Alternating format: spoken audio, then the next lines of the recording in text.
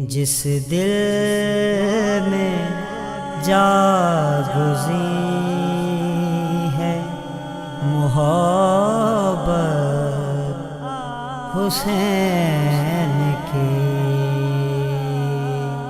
آئے گی اس کے حصے میں جنت حسین کی۔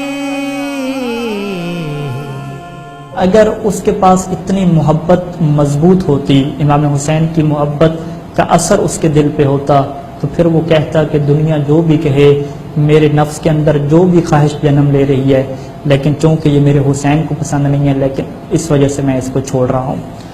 تو مومن کرام، آج کا ایک نوجوان، ہم سب، میرے بشمول آپ سب لوگ اس بات کا شکار ہیں کہ برائی، فحاشی، عریانیت اتنی بڑھ چکی ہے کہ ہم ان سے رکنا بھی چاہیں تو نہیں رک سکتے۔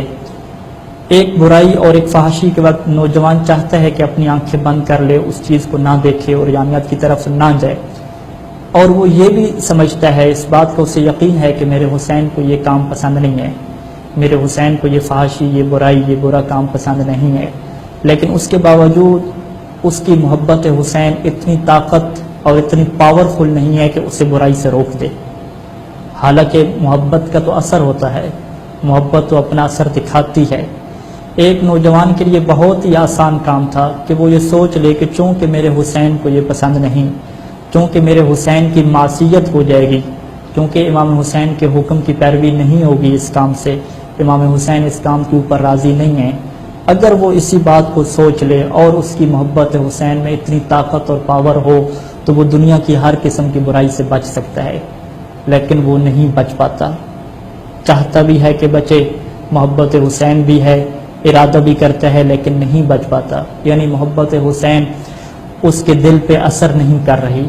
کیوں نہیں اثر کر رہی؟ کیا محبت میں کمی ہے؟ محبت میں کمی نہیں ہے۔ تو اصل مشکل کہاں پہ ہے؟ انسان اپنے نفس کی، اپنے آپ کی تربیت کیسے کرے کہ محبت حسین اس کے اوپر اثر کرے، اور اس طرح سے اثر کرے کہ چاہے وہ خلوت میں ہو، چاہے سیکورٹی کے افراد نہ ہوں، کیمرے بند ہوں، پھر بھی وہ کرپشن کی طرف نہ جائے، پھر بھی وہ فحاشی کی طرف نہ جائے، پھر بھی اپنی آنکھوں کو وہ بند کر لے برائی سے۔ اتنی طاقت محبت حسین کی ہو، یہ کیسے پیدا ہوگی؟ تو امام علیہ السلام نے اسی خطبے کے اندر بہت ہی ایک باریک نقطے کی طرف اشارہ فرمایا اور کہا کہ وہ کلکم عاصٍ لامری، کہ تم سب کے سب عاصٍ، معصیت کر رہے ہو، میرے حکم کی پیروی نہیں کر رہے، اور جانتے ہو اس کی وجہ کیا ہے، اس کا راز کیا ہے؟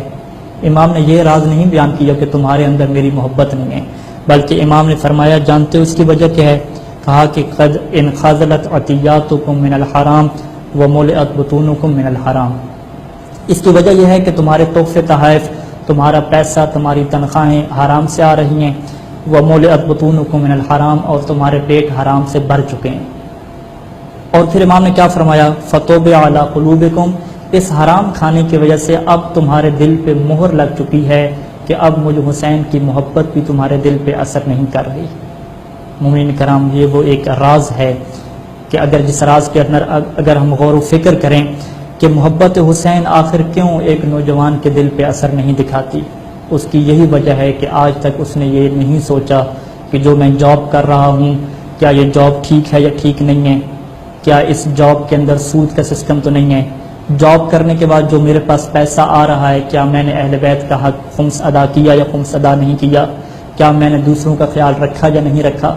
حرام فقط یہ نہیں ہے کہ انسان سور اور کتے کا گوشت کھانا چھوڑ دے، یا کہ ہے حرام جو نجس جانور ہوتے ہیں جن کا ذبح صحیح طریقے سے نہیں ہوتا ان کو کھانا چھوڑ دے، نہیں۔ اگر آپ ایسی ڈیوٹی کر رہے ہیں جس میں کرپشن کر رہے ہیں، 1 گھنٹہ کام نہیں کرتے، 2 گھنٹہ کام نہیں کرتے، چھٹی کرتے ہیں، اپنی ذمہ داری کو پورا نہیں کر رہے، تو جو آپ کو تنخواہ مل رہی ہے وہ بھی حرام کی ہو جائے گی۔ تو اگر ہم چاہتے ہیں کہ امام حسین کی محبت ہم نوجوانوں کے دل پہ اثر کرے اور برائی کے ہوتے ہوئے ہم اس سے بچ جائیں، محبت اپنا اثر دکھا دے، تو ہمیں آغاز کرنا ہوگا، ابتدا کرنی ہوگی کہ ہم اپنے پیسے، اپنی جاب، ہر چیز کو پاک کریں اور حرام سے مکمل طور پہ بچ جائیں۔ خداوند کریم سے دعا ہے کہ خدا ہمیں محبت حسین کی وجہ سے ہر قسم کی برائی سے بچا لے اور ہمیں ان چیزوں کو انجام دینے کی توفیق دے کہ جن کی وجہ سے محبت حسین ہمارے دلوں پہ اثر کرے۔